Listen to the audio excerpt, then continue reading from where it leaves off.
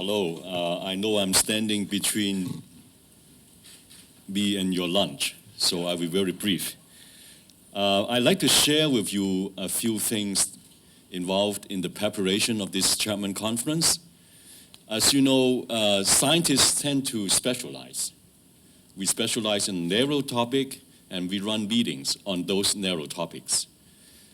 Very seldom do we actually involve multiple disciplinary meetings, such as the Chapman that had just occurred at a Chinese university.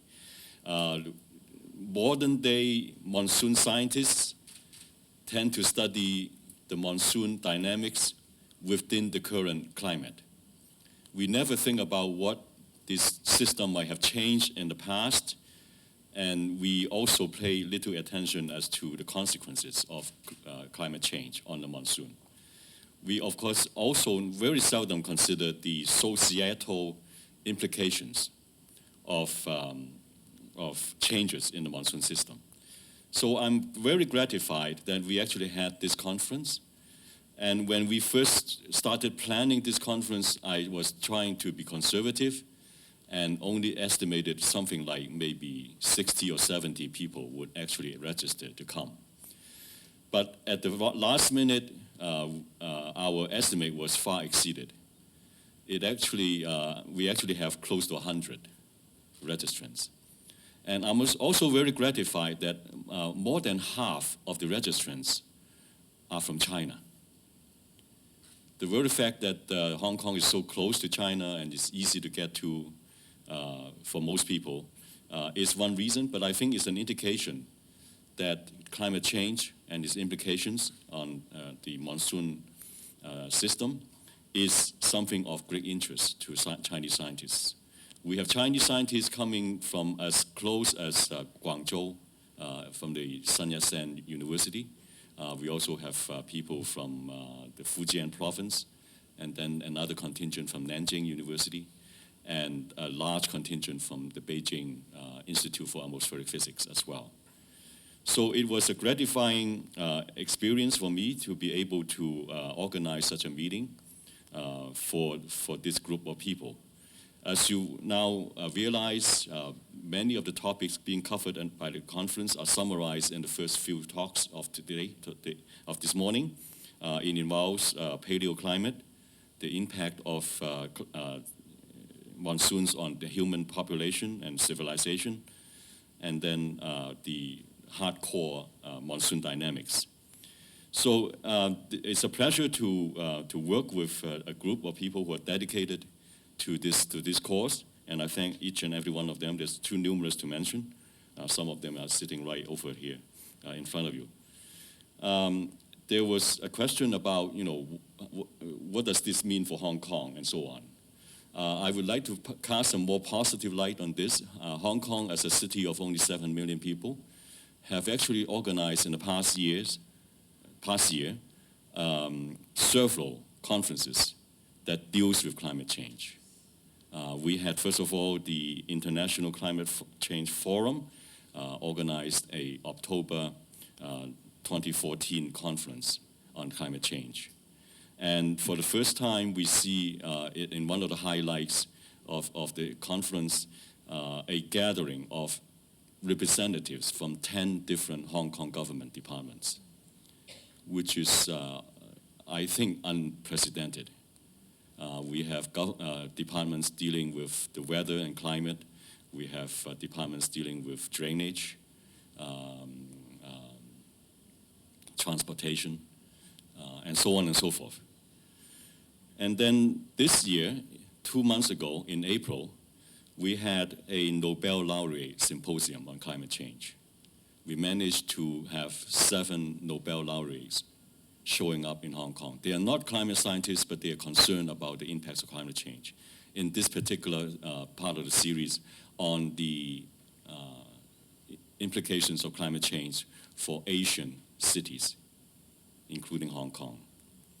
At the end, they all signed a memorandum alerting to world governments of the importance of dealing with climate change, which is an urgent problem.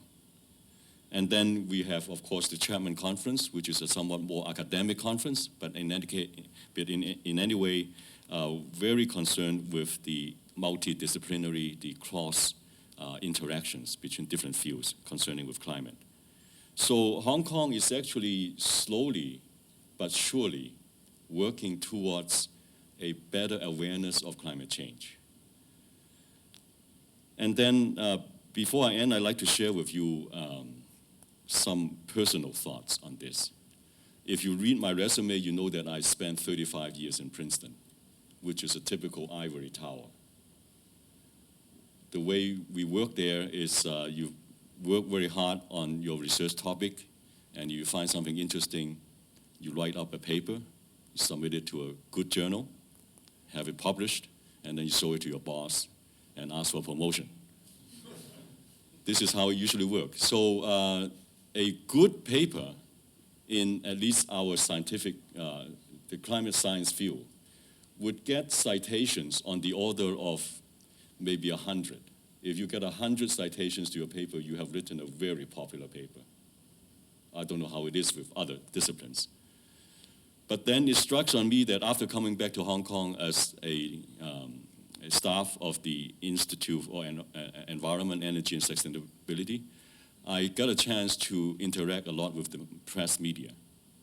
And only a few months after I came back, I was asked to appear in a TVB Jade talk show. I think in Chinese it's 都市閒情. It's for people during their lunch break to learn about something. Okay, they talk about something. But TVB was willing to devote the entire hour to a discussion of the, at that time, very fierce typhoon Haiyan. And they asked me and a representative of the Hong Kong Observatory to talk about Haiyan. Okay, why it's so strong, does climate change have anything to do with it, and so on. But before everything else, the host of that program, I think his nickname is Dai Wong. You probably know about him, yeah. He looked me into the eye and said, Professor Lau, my program has a market of 10 million people. And that includes 7 million in Hong Kong plus some overseas distribution and so on. So I just struck on me that our work does not limit ourselves to these 100 citations. It actually means something more if we reach out to friends in the press media and then get across our message of the urgency of climate change. So I hope this is a beginning, and we will try to keep working with different bodies in the Hong Kong society and with the world at large to address different climate change issues.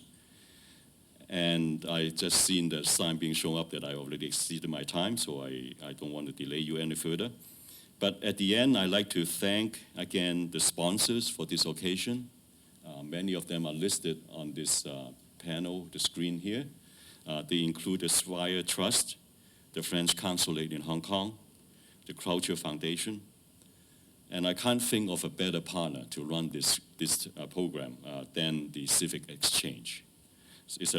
I should also thank especially Robert Gibson, who was the mastermind behind all this and who worked so hard for the last 2 or 3 months in putting everything together. And it was also a pleasure to work with Michelle Wang and Yan Yip in organizing this event. So thank you very much.